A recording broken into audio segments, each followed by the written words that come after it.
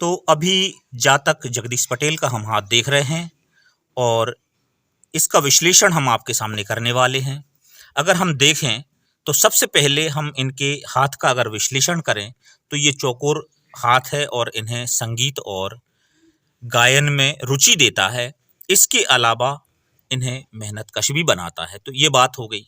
अब दूसरी जो बड़ी बात मैं कहने जा रहा हूँ वो ये है कि ये अंगुलियों के मध्य जो बड़ा भारी अंतर है, ये इन्हें शुरू से जो है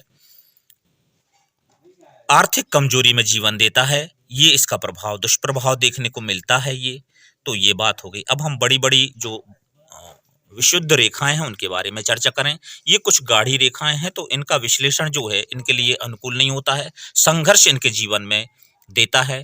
तो हम आयु रेखा की बात करें तो आयु रेखा की अगर हम बात करें तो ये लगभग 70 वर्ष की आयु इनके लिए प्रतीत होती है। पर यहाँ ये जो शुक्र रेखा है तो ये इनके लिए मदद कर रही है।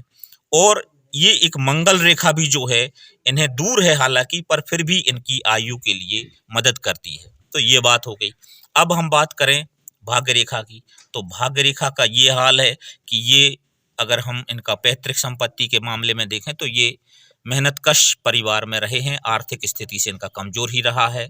तो ये यहाँ पे देखा जाएगा। अब हम मस्तिष्क रेखा की बात करते हैं तो जिस जातक की मस्तिष्क रेखा अगर बीच से टूटी हुई होती है तो निश्चित तौर पर उनका जो स्वभाव है वो चिंतित होता है, वो त्वरित निर्णय नहीं ले पाते हैं, मानसिक अस्थिरता बनी रहती है और जीवन में कई असंतुलन इनके सामने आते रहते हैं और जीवन में उतार चढ़ाव होता रहता है। तो ये यहाँ पे जो है एक बड़ी भारी कमी देखने को मिलती है।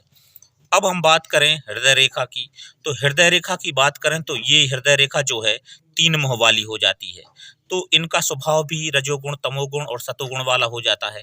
इनके लिए मैं सलाह दूंगा कि आपको जो है सतोगुण में जाना चाहिए और रजोगुण का प्रयास करना चाहिए। रजोगुण के कर्म करते हुए आपको सतोगुण अपनाना चाहिए जीवन में, तो सफलता ज़्यादा मिलेगी। और आपका जो हाथ है वो मेहनतकश है। अगर हम यहाँ देखें आपके अंगूठे से और ये तर्जनी के मध्य संतर को देखें तो आपका कृष्ण पक्ष का जन्म बता रहा है और जीवन में बहुत कुछ आपने जो है कठिनाइयाँ झेली हैं। अगर हम बात यहाँ करें इनके तार्किक क्षमता की तो बहुत ज़्यादा तार्किकता प्रतीत नहीं होती और बहुत ज़्यादा निर्णय लेने में भी आप सक्षम प्रतीत नहीं होते। फिर ही अगर हम देखें तो आपका जीवन सामान्य तौर पर उतार चढ़ाव वाला है पर सुखी जीवन है, क्योंकि यहाँ पर जो है किसी भी जातक के हाथ में सूर्य रेखा का बहुत बड़ा महत्व है और आपकी सूर्य रेखा निश्चित तौर पर आपके जीवन में यश, कीर्ति और न केवल रोजगार के माध्यम से और तमाम माध्यमों से आपके लिए आय अर्जन के लिए अवसर देती है। तो ये इस तरह से आपके हाथ में अगर सबसे ज़्यादा बलवान है तो वो सूर्य रेखा है, जो आपके उत्तरोत्तर या जीवन के उत्तरार्ध में आपको सुखद बनाती है। और इस तरह से ये विश्लेषण हमने आपका देखा। चंद्र पर्वत की बात करें अब यहाँ पे तो ये जो आपके पर्वत हैं वो सारे पर्वत क्षीण हैं। यही वजह है कि आपका जीवन कठिनाइयों भरा रहा, आपका जीवन संघर्ष भरा रहा।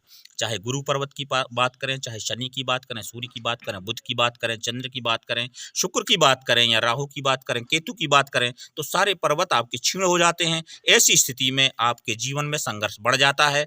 All in one Sunil Khare YouTube channel की तरफ से आपको मैं हार्दिक शुभकामनाएं देता हूं, बधाई देता हूं और बाकी शेष उपाय मैं आपके लिए बताऊंगा। वो निश्चित तौर पर आपके जीवन में बहुमुखी विकास पैदा करेंगे, आपके लिए सन्मार्ग बताएंगे। धन्यवाद।